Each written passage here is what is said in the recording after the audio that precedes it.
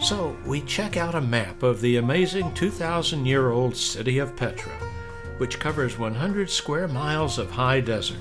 More than we can see on foot, but we will explore the heart of it. Beginning in the 4th century BC, a nomadic tribe called the Nabateans began settling here to be close to trade routes.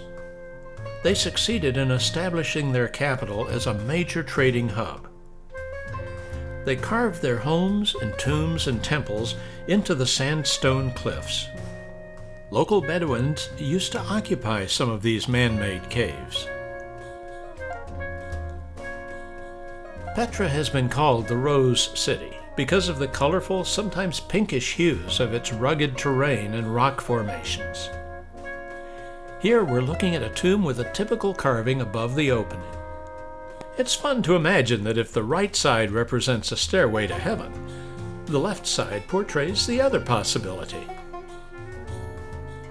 Now we come to the obelisk tomb, occupying 2 levels, with 4 pyramid-shaped pillars on top. It dates from 40 to 70 AD, and was the mausoleum of a Nabatean king and his descendants. Meanwhile, it's good to know Uber and Lyft are standing by in case their services are needed. Now we enter a narrow passage that is the start of a 3/4 mile long walk through a canyon called Al-Sig. Here we'll see one of the things Petra is famous for, an innovative water channeling system that made life in the desert possible. Look closely and you can see how a path for the water has been carved in the rock. Cisterns and reservoirs captured rainwater and made it available to grow food and for people and livestock to drink. At its extreme, the Al-Sig passageway becomes very narrow and very tall. Falling boulders are always a danger, but this one has been secured with cables. Look closely and pray.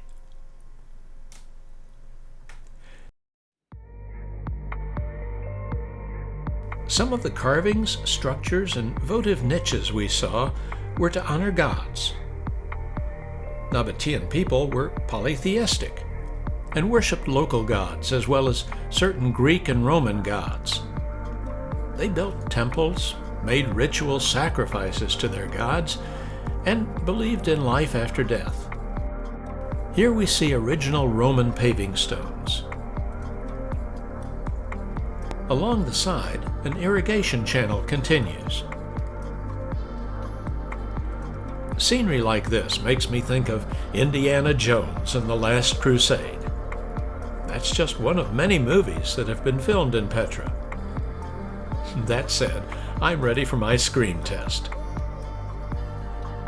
Now we get our first peek at the iconic symbol of Petra, the Treasury. Wait for it. You won't be disappointed. This magnificent facade was literally carved out of rock, the reddish sandstone that defines many of the monuments, temples, and royal tombs of Petra. Look at the detail in the statues and in the capitals of these Corinthian columns, which are carved and don't really hold up anything. The height is that of a 15-story building. There's nothing inside for these costumed Roman guards to protect, so they keep an eye on today's camel caravans, which carry tourists instead of spices, ivory, precious metals, and silk. Enjoy a little camel watching yourself as I share some highlights of Petra's history. The Nabatean kingdom was a client state of the Roman Empire in the 1st century BC, but lost its independence in 106 AD, when Rome took it over completely. Petra prospered under Roman rule until much of the city was destroyed by an earthquake in 323 AD. Then trade routes started shifting from land to sea, and by the middle of the 7th century, Petra was largely deserted. In good times, the population had exceeded 20,000. More than 1,000 years later, the ruins of Petra were discovered by a Swiss explorer in 1812. Petra's Roman legacy included more than facades. Here's a large Roman-style theater that could seat up to 8,000 people. It followed the traditional Roman model, except that the seats were carved out of stone rather than built. Where there are tourists, you can count on merchants.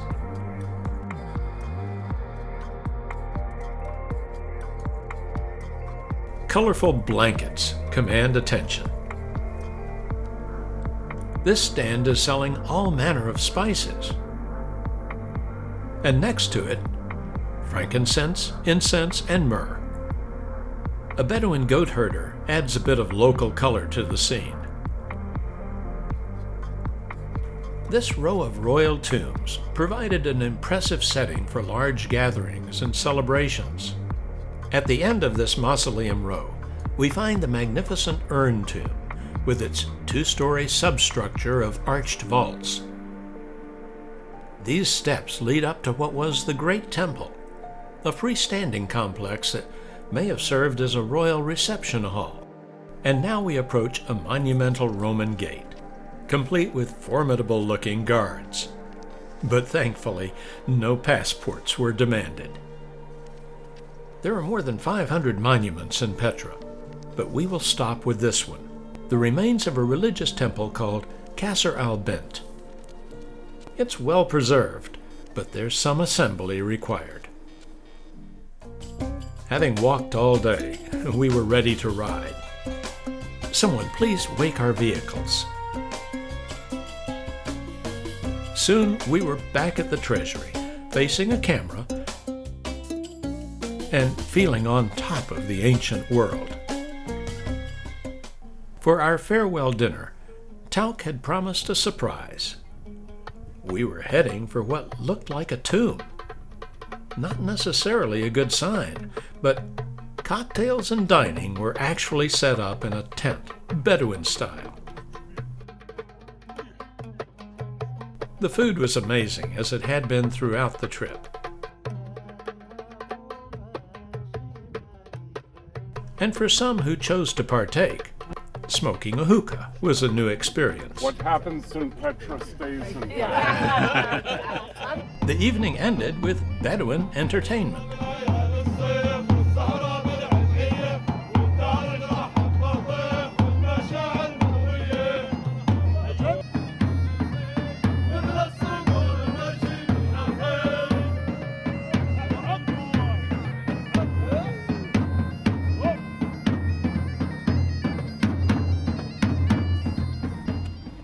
Needless to say, we carried wonderful memories away from our time in Petra.